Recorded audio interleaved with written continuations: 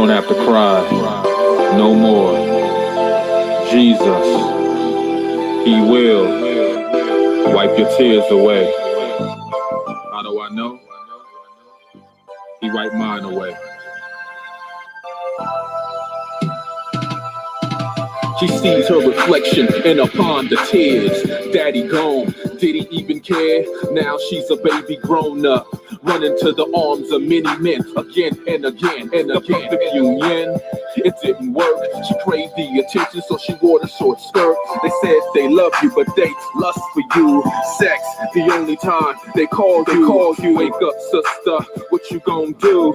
Life is more than the whistles and the screams. Life is more than jocking fellas for the cream. The way a man thinks, what you're willing to show, you're willing to share. Listen, my dear, your dress from your toes to your hair. You're more than a body. What about your soul? The Lord is calling to make you whole. What about your soul? Your soul. All I ever wanted was to know who I was. To love, having been come from above. Take me there, Lord. Wipe your tears. All she ever wanted to be with you, love. All I ever wanted was to know who I was.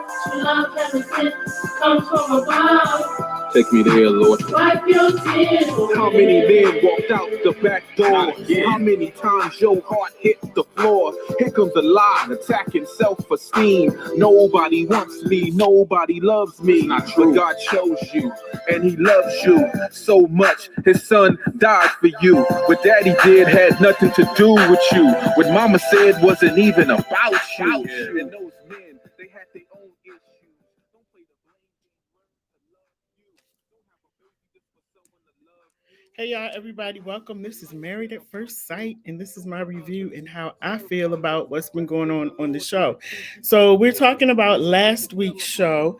Actually, the music that you heard just a few minutes ago, that music is by Mr. Kevin Curry, and I like the song because it talks about take me there, Lord, take me there, because some people are in love and they just need the Lord they just need to know that you don't need to put up with certain stuff. You just need to know who you are. Once you find out who you are, you'll stop dealing with the same old mess. So we're going to talk about Married at First Sight. But before we talk about Married at First Sight, I want you to make sure that you share the video. Thank you so much for your support of LadyJ Media. I really appreciate it. We have some really great shows that have been going on, y'all. It's been working me, and I'm just so excited for all the people that are doing their shows. If you want to do a show on LadyJ Media, the phone number is right there on the screen. All you got to do is call me, and I'll get you set up. It's not what you think it is. So, give me a call. You only know if you ask. So make sure you share the video. If you see me looking down, that's what I'm doing. So let's get into this and talk about Married at First Sight. We're going to start off with not the obvious couple. We're going to hold on to them because I am sizzling. But we're going to start off with, how about we start off with Eric? And thank you, Kevin Curry, for the music. I love that song, Wipe Your Tears. And the reason I like the song is because Paige, we're going to talk about her in a few minutes. But I just want Paige to wipe her tears, everybody. Because Paige, well, we're going to get to her. But anyway, this is Eric and his wife, Virginia. Now, Eric is actually 34. Virginia is 26. Eric is slowly turning into an alcoholic because his wife, Virginia, who's 26 years old, is a party girl, and she ain't nothing but a little old drunk. She's just a cute little old drunk. All she do is drink. Every time she's somewhere, she will tell you when she gets there, I need to take a drink. That's her favorite word. I need to take a drink. And so Eric, he's been trying to accommodate her, trying to hang, but realizing that he can't. So they got to one point. Let me back up a little bit because they're still in Las Vegas, staying at the Mandalay Bay. I love the Mandalay Bay. Oh my goodness, it's really nice out there. So they're staying out at the Mandalay Bay. They're still on the honeymoon. But we do see in this episode that it goes from last week, them being on their honeymoon, and then it kind of goes into, when it comes on tonight, we'll see them and they'll be actually going home because they got to do 8 weeks of this. So, they've been married for a little bit. Again, make sure you share the video. That's what I'm doing, and I'm talking at the same time. They've been married for a little bit, and Eric is starting to realize that Virginia is young. You know, Eric said, like he keeps saying over and over, I know what it is to be married. I know what it is to have responsibilities. I know what it means to be committed. Once you say I do, you know, we're husband and wife, we're supposed to be committed. Well, Virginia hasn't quite caught on to that, because Virginia is saying once they go back home, Virginia's saying, look, when we get back home, I'm still going to do me. I'm still going to hang out with my friends. I'm still going to have fun with them. We still going to drink it up every Thursday, Friday, and Saturday, because that's what we do. And so she's been very, very, very clear. She told them that most of her friends that she hangs with are male friends. And I'm talking about Eric and little Virginia here. She is cute, though, but she's young, you know. She's 26, but up here, she about 15 or 16. And so, you know, she's telling him, like, when I get back home, look, dude, I'm hanging out with my friends, because that's what I like to do. And we like to get together. We like to party. We like to laugh it up. And she said, what I really would like is if you would come along. I want you to be a part of it. And he's trying to tell her, look, I'm a pilot. Thank you, Eric, for waking up a little bit and saying, whoa, because you flying people around on the plane. So he said, wait a minute. I'm a pilot. I have my career. I love my career. I love what I do. I'm not doing anything to jeopardize my career. And he said, you know, we're really going to have to talk about this, because you're going to have to understand what commitment means in a marriage. So again, y'all, I go back to the experts, because I really feel like, and I keep saying this every week, that, you know, they weren't really trying to match people up the right way. They wanted us to see some drama and, you know, other sorts of things going on. They really were not trying to match people up like they were when the show first started, because there's no way in the world you're going to put Virginia, who's 26 years old, you already know she's a drunk and a party girl, and all she like to do is lean that neck back and drink. You already know that. So why would you put her with Eric, who's very reserved? He is into his career. Like I said last week, he's 34, going on 104. Why would you put those two together? It just doesn't make sense to me. I'm not sure what they saw on paper, because they're always saying, you know, they match on paper. Me personally, I can't see how they match on paper. So Eric, you know, he's kind of a little frustrated, and as in his words, he said he's concerned. So we're going to come back to Eric and Virginia, because, honey, they lit it up this week on Married at First Sight. And so let's go to Brianna and Vince, because I really do think that Brianna and Vince are such a cute couple. I think if they continue to work like they are doing and talking as they do, I think that they actually might make it, because I really do like the chemistry between the two of them. But Brianna, I'm gonna tell you something, because you're young too. I'm gonna tell you something too, Brianna. You have to stop being so bossy. Stop it. Let's see. Brianna is, I wrote her age down on this paper. Brianna, because they're both young, you know.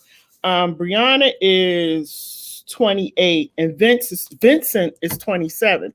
And see, the thing is, I think with Vincent, what happened is that when they were talking, when she went to talk to his family was telling her that one of the things, you know, for her to look out for is that he kind of has a bad temper. And so I think he's trying not to show that he has a temper. So, but you can see, like, all in here, right in here, you can see the stress in his face, and it starts to turn red, because he is looking like, look, you better shut up, because you're doing too much. She was telling him how to wipe his face. He accidentally dropped the little tissue or whatever he was using on the floor. And he was just, you know how when somebody's bothering you and you don't say anything, but then you just start doing dumb stuff. Like, he picked up the soap and dropped in the floor. He picked up the tissue and dropped in the floor. And you could see that he was holding it in, like he really wanted to say something to her. So then they get into bed. And Brianna's asking him, you know, how do you think today went? You know, how are we doing? And he was just like, you know, like he really did not want to talk about it. So, you know, she said, do I annoy you? or did I annoy you today? And he was like looking at her like, I really, I really don't want to, I really don't want to say. And so she said, well, you annoyed me today. And he kind of had this look where he was hurt, because he wasn't expecting her to say that. Now, I do appreciate her being honest, but I think Brianna is, she's so used to being on her own. She's very well educated. She's an engineer, and she's used to telling people what to do. She likes everything to be very specific, on time, precise. She's like a no-nonsense person. And Vincent said that he's a laid-back person, and he kind of in chill mode. They said we're supposed to be there too. He okay with getting there at 2:05, whereas Brianna, you tell her 2:00, she wants to get there like 10 minutes early. And Vincent said, that's not him. So, they had their little back and forth, but ended up, like I said, with them, communication is everything. And so I really feel like if they keep communicating like they do, they're going to have some bumps in the road because they don't know each other, so it's just natural that, and y'all share the video, that's what I'm doing. It's just natural that they're going to have some bumps in the road. But I think, I'm not an expert though. Don't ask me because I'm divorced.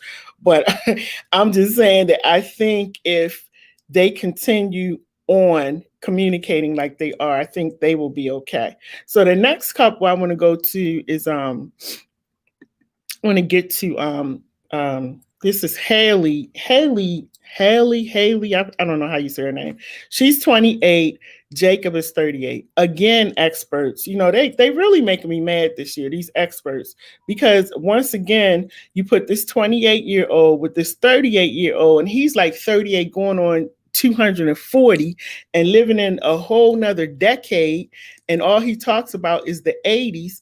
And so he let it out this episode that he and Haley had sex. And he felt like once they had sex that she started pulling back away from him, and he's starting to feel a little rejected because he's like, did I do something wrong? I thought since we're married, it was okay to touch you, to have sex. But she was like really being distant from him this episode. And I don't understand, like, she never really said what happened or why she was feeling that way. Well, she kind of did.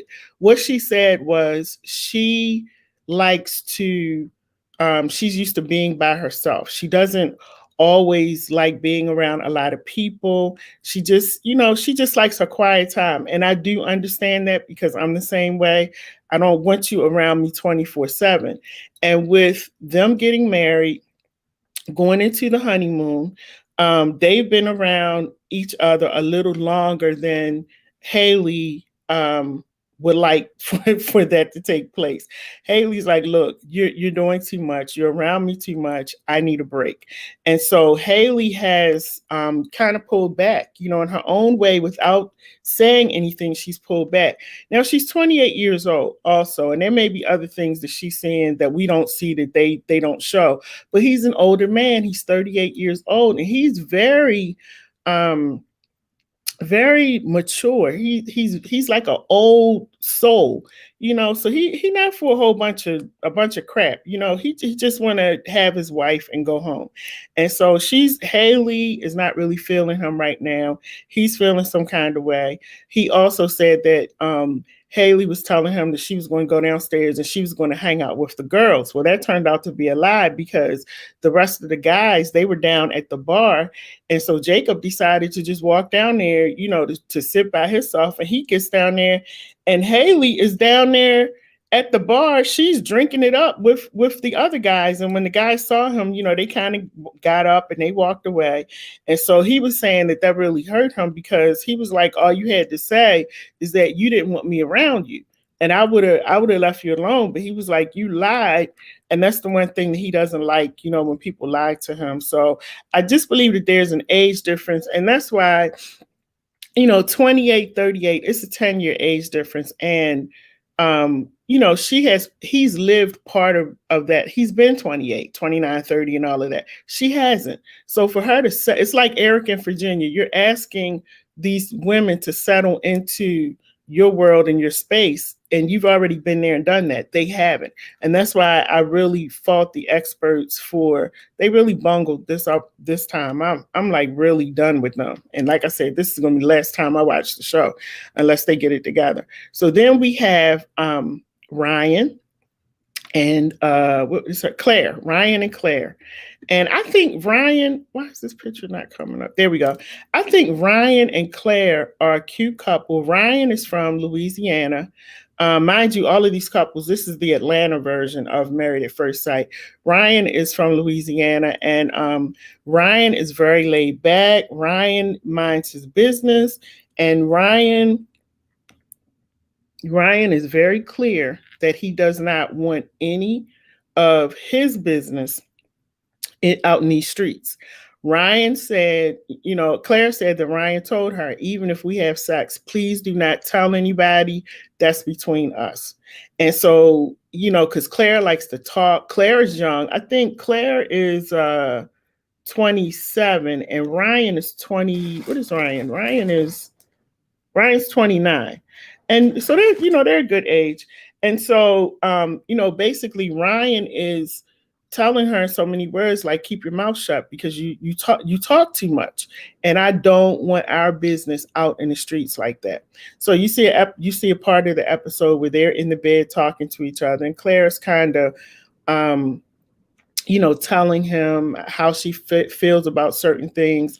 And he just kind of said in a kind of sideways things, like,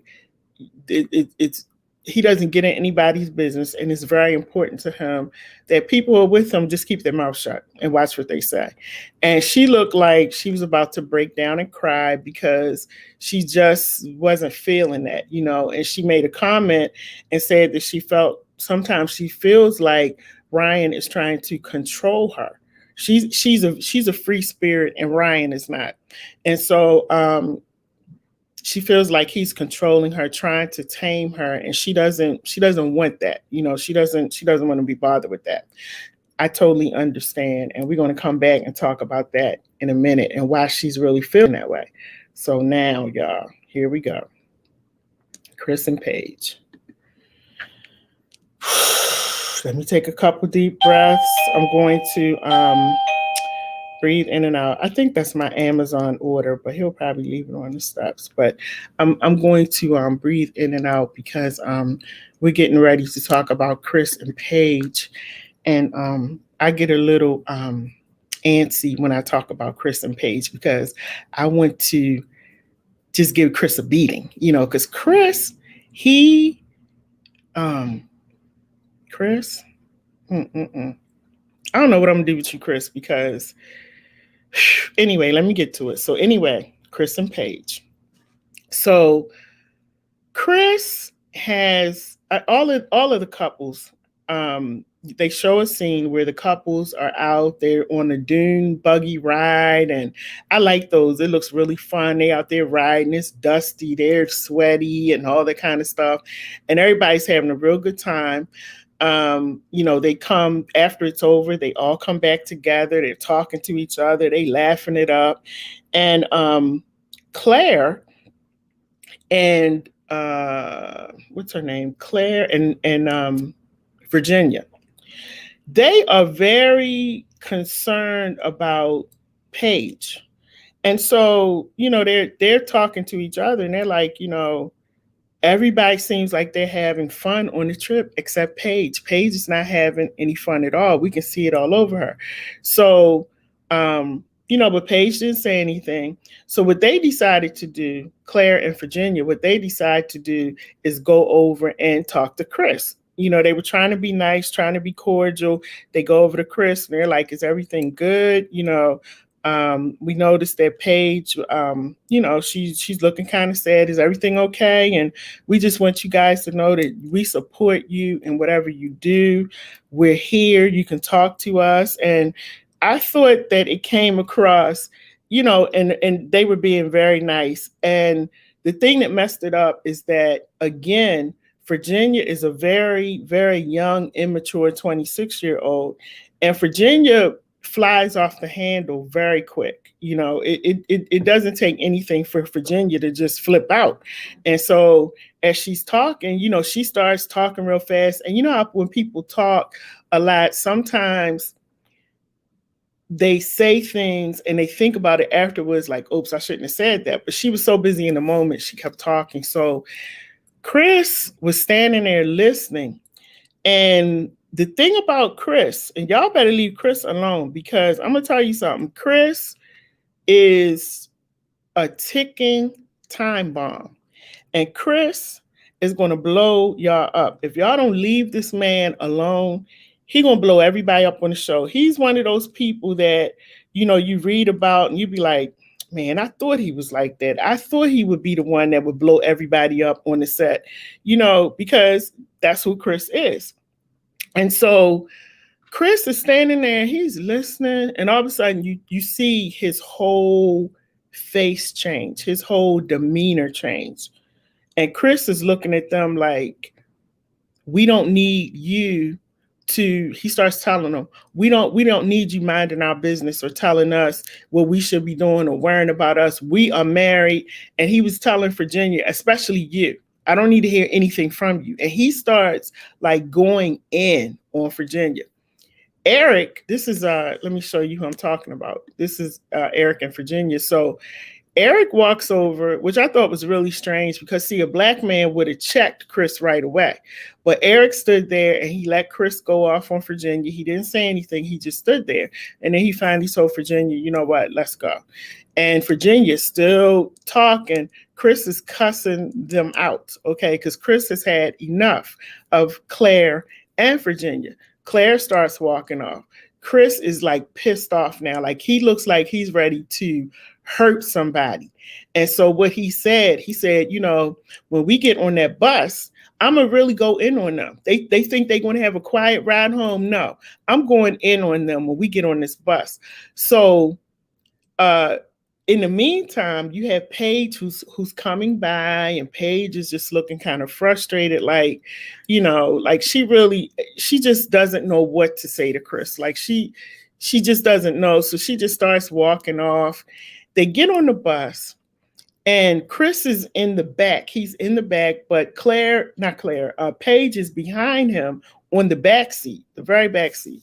So all of a sudden, Chris starts going in on Virginia. Okay. He started going in on Virginia, talking about her. He's calling her a drunk, all kinds of stuff. And Eric is turning around like, look, that's enough. Claire, I keep calling her Claire. Paige is like, you know, holding him, saying, Chris, enough. That's enough. Stop it. Chris is like, no, I'm going for it. So Chris is like going off. You see, poor Ryan. You could tell Ryan doesn't like drama. He doesn't like a lot of foolishness. So Ryan is kind of sitting there like, you know, like, I'm not really, hey, Van bought me this, y'all, for my birthday, which is Friday. And y'all see the earrings. Thank you, Van. She knows what I like. And so you see Ryan is turning around like he wants to say something, but you could tell he's really uncomfortable, but kind of giving Claire the side eye, like, you better be quiet because we're not in this. We're not in it. And so this continues on until they get back to the hotel. Paige is very upset. Paige is very hurt. She's disappointed. And Paige said that she had a long talk with Chris, and she told Chris that he was wrong. His behavior, the way that he handled that whole situation was wrong. So, and I'm skipping ahead, y'all, because, you know, we're gonna wrap this up real quick. So they get to the dinner table, and everybody is there except for Eric and Virginia. They're not there. They're late. They're always late to everything, according to Virginia. But everybody else is at the table. You got Haley and Jacob there. You got Brianna and Vincent there. You got where's the cute couple? You got Ryan and Claire. You got them there, and they're all sitting at the table. And, you know, it's uncomfortable because, of course, you got Paige and Chris there, and they know that something just happened on the bus. Now we all got to sit at the table like, everything is all good. So here we go with the master manipulator, Mr. Chris. Chris starts saying, I really want to apologize to everybody for the way that I acted because I know that my behavior was wrong. And he's talking in a very soft, monotone voice. And Claire is sitting there like she's the first lady. And, she's just so happy that he's now saying that he was wrong. So then this boy, Lord help me, he kills me. So then he starts saying, and I call my grandma. I call my grandma because my grandma is the one that normally prays for me when I act up. And I talked to my grandma and she said, boy, you married. Go ask your wife to pray for you. And he said, I really started seeing Paige in a different light. I really started seeing her because remember last week, he told Paige that he was not attracted to her physically. He did not find her physically attractive, but he was sure getting her in them sheets. She said a whole bunch of times in one night and then to the next morning. But he didn't find her physically attractive. So she was upset about that last week. So today he's sitting at the table and he's telling him, he's like, and now when she put her hand on my head and she prayed for me, I just felt it. And I looked at her and I said, I'm really attracted to this woman. Spiritually, I'm attracted to her. And I just think she's so wonderful. And I just want to apologize to her publicly for the way that I've treated her, the way that I've been acting, because I've been so wrong. And he just keeps going on. And she's sitting there. She's so happy. I don't know who raised Paige. I'm still trying to find out who her parents are. Because somebody, I don't know, it's like she grew up in the woods somewhere where she doesn't really, I'm like, girl, wake up. And she's sitting there, she just smiling. And so he's going on. So everybody's like, I accept your apology. Claire said, listen, I was wrong. I probably said some things that I shouldn't say. It's your business. I shouldn't have said anything. I apologize if I did anything to offend you. So, they all kind of calming down and they're talking. And all of a sudden, here come Eric and Virginia. Now, if y'all remember a few minutes ago, I just said when they were out at the Dune Buggy Ranch, Chris was out there telling Virginia off, calling her all kinds of drunk names. And Eric was standing there and Eric didn't say anything. Like I said, if there had been a brother, he would have checked Chris right away and probably put his hands on him. But Eric stood there. So Eric waits until they get to the table. Now, Chris has already professed his love for his wife, Paige, and he's apologized to everybody.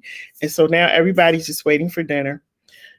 Eric comes to the table with Virginia, who's sitting down at the table. Oh, hey, y'all, how we doing? Y'all know we always late. They done had a couple bottles to drink. She sat at the table and said, I need a drink. I told her she's a drunk. She's an alcoholic. And so Eric looks at Chris and he was like, listen, I need to talk to you about the way you dealt with my wife. Now, my thing was with Eric is that he was wrong because Eric, you should have dealt with that when Chris was right there in front of your face, pretty much cussing your wife out and calling her every name that he could call her. And you stood there and you were kind of looking around, I guess, because you probably thought Chris was going to beat you behind and you realized Chris a little crazy. So you didn't say anything and you really didn't do much on the bus besides saying, hey, bro, hey, dude, or whatever, enough. You should have went back and checked him on the bus. That's why he kept talking, because Chris is like a bully too. And if you don't check a bully, they just keep coming at you. So you come to the table. And then, man to man, you should have really called Chris on the phone and said, can I meet you outside? Can I meet you in the hallway before dinner? Instead of bringing that to the dinner table.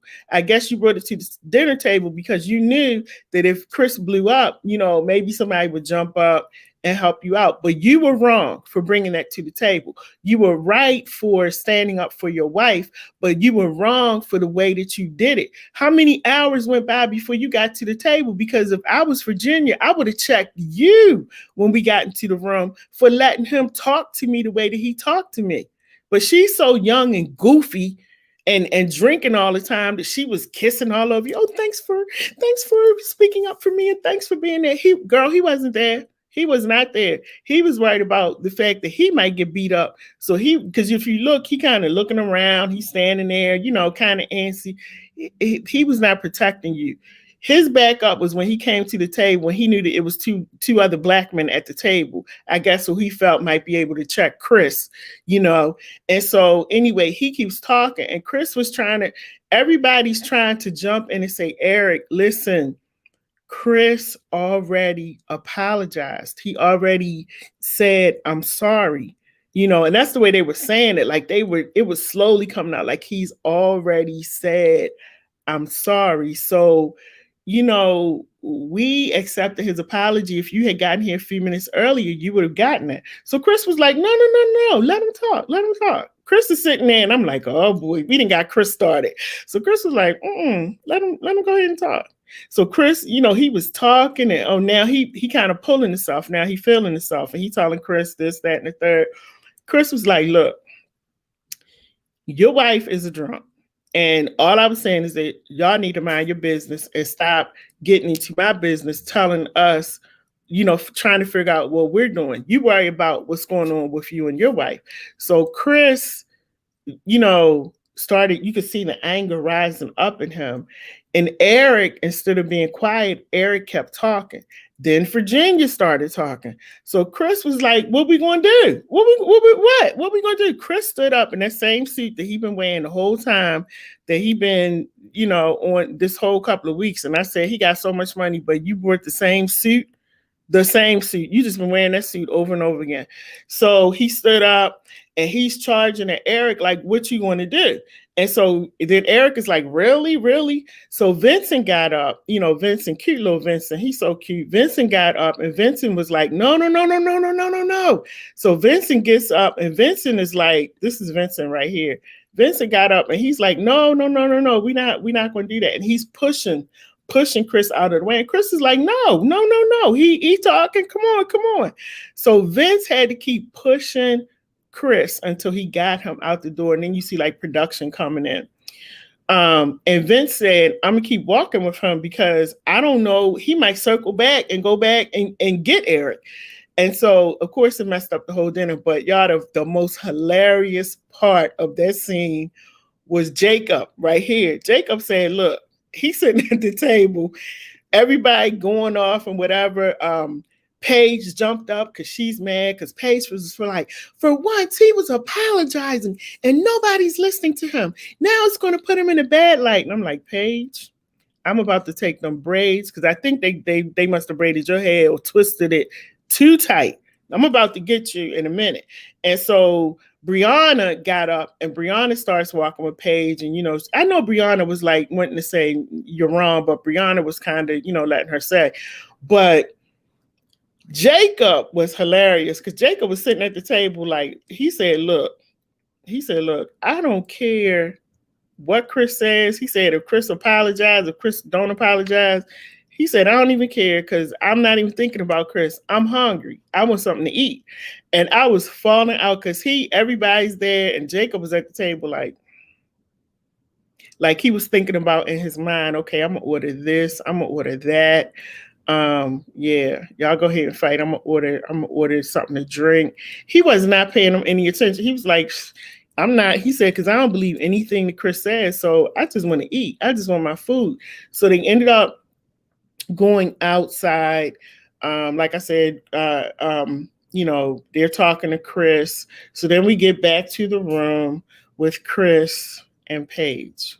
Now, Paige, if you don't get it together, Paige, I'm going to have to find out who raised you because either they just completely taught you something wrong. You talk about God all the time and how, you feel like God ordained this marriage and you hope that Chris is for you. But Chris is throwing you so many flags that I think the flagpole must have hit you in the head and you might have a concussion. I think that might be the problem right now. I think that's what's going on with you right now because you're just not thinking straight. So they go back to the room. And they're packing up because now it's time to go home. They're going to go back to Atlanta. And so Paige is packing her suitcase. Chris is packing his suitcase, looking all sad. Paige says, I haven't really had a chance to say how I feel about everything. He said, well, why didn't you ask? She said, well, you've been bringing all this stuff to me. I've been waiting for you to come and tell me what's going on and how you feel about stuff. What are your plans? What are you going to do?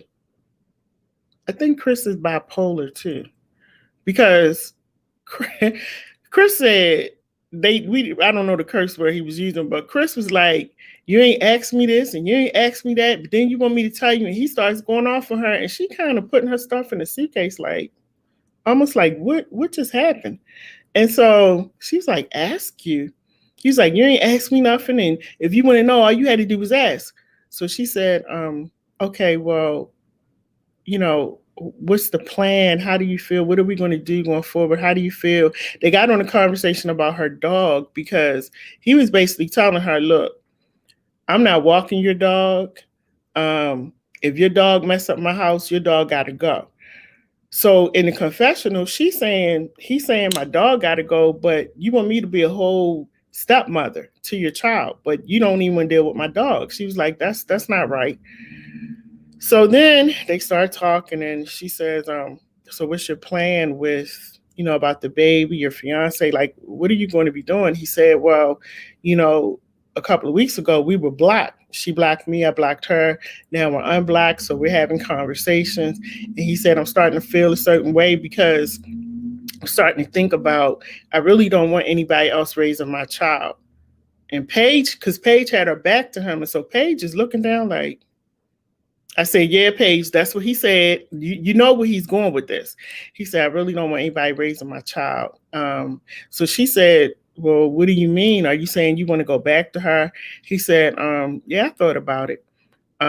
She's like, oh, she's taking a deep breath. She's still packing them clothes, folding the clothes and everything. So then he says, yeah, I thought about it. And he was like, we talked about that, what that would look like. And he said, the other thing is that, I still love her. Paige got up, put that dusty jacket on that she always grabs, put that on, and she was like, I'm just done. I'm done. Paige, we know you weren't done. We know you weren't done, but you like saying those words. So she's like, I'm done. She went downstairs, walked around for a little bit, came back upstairs to the room, and she's sitting on the bed, and she's telling him, we took these vows. We're husband and wife, and, we're supposed to be committed, blah-de-da-de-da-de-da. So Chris is looking at her like, yeah. Now, let me end it by saying this, everybody, because Chris is a master manipulator. Now, for those of you, it could be male or female, if you don't understand what a master manipulator is, I'm going to tell you, because this is what they do. They watch everything that you do. They listen to everything that you say. And the moment they see you backing up and that you don't want to deal with them anymore, or that you've really had enough, they start speaking those words back to you in such a beautiful way. And so Chris starts telling her, because she was like, I can't do this. I'm done. She's sitting on the bed. I'm done. Now, we knew you weren't done because you took your jacket off. If you're done, you would have stood up. You would have told him I'm done. You would have grabbed that suitcase, zipped it up, and went on downstairs with everybody else. But no, your suitcase is still open. You go sit on the bed. You done pulled your jacket off, swung your hair back, and you leaned in talking to Chris because you're not done. You're not done. Chris said, I'm just glad we were able to have that conversation. And he's talking in his monotone voice again. We have to have these conversations so you can understand what's going on. But that doesn't mean that I'm going to go back. I was just telling you how I felt. I love that you're a spiritual woman.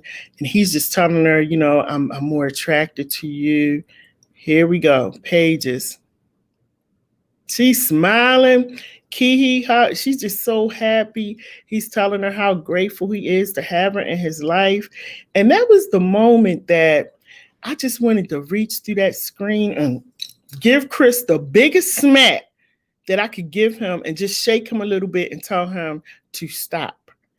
If you don't notice, Paige, when Chris is lying, he has 3 wrinkles across his forehead, okay? And they get really, because his scalp is from head to head, right? So the little bit of piece that he has from head down here, that he gets these little 3 wrinkles when he really starts lying. He tries to smile a little bit, and you can tell that the smile is not real. Watch all of those signs and those clues, because Chris is a liar. Chris is a master manipulator. She was even on a show, and she said on the show that this whole thing has just messed with her mentally, physically. It's been draining. It's been really hard, but you keep taking them back. You keep giving them a pass. And so we're going to see, and I don't even know this, but I'm just telling you what master manipulators do. We're going to see Chris drag Paige all throughout the next 7 weeks, because Paige, I believe, like I said, I think something happened maybe when they were braiding her hair or something. It might be too tight, and maybe she can't think straight.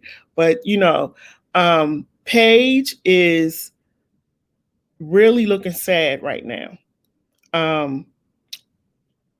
Y'all, listen, I'm done with this, because every time I talk about Chris, he gets on my nerves. Van said, but that's the chances they take when they don't really know one another. This reality show is everyday life.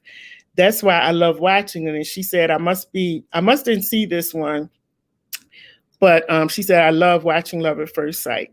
And so again, Chris is 27, 28, I believe, and Paige is 26. So we're going to follow their story, and we're going to see how much Chris really drags Paige. And for those who set these two together, you need to be ashamed of yourself. You really do, because you knew that they did not match. I am done. My name is Lady J, and I'm done with Chris, because Chris is a spoiled brat. And this is how they looked at the end. And there he is, y'all, with that same suit on. Can we go do a GoFundMe for Chris? Because he got the same suit on, but he said he had a lot of money. And this is Paige, every other scene, when Chris acts like a fool. And then this is Paige when he does that manipulation thing. So everybody have a great night. This is my review for Marriage at First Sight. Chris, you're getting on my nerves, and I can't stand you. Everybody have a good night. Thanks for tuning in. Make sure you share this video, and hopefully, make sure you watch it tonight, because tonight is going to be really good. And I want to see what's going to happen with them tonight, because it looks like she makes a phone call to somebody and they are having a fit. So y'all, let's go. We're going to end with Kevin Curry that telling you, Paige, you need to know who you are, and ask the Lord to take you there. While you praying over Chris, ask the Lord to take you there, because Chris is using you. Good night, everybody.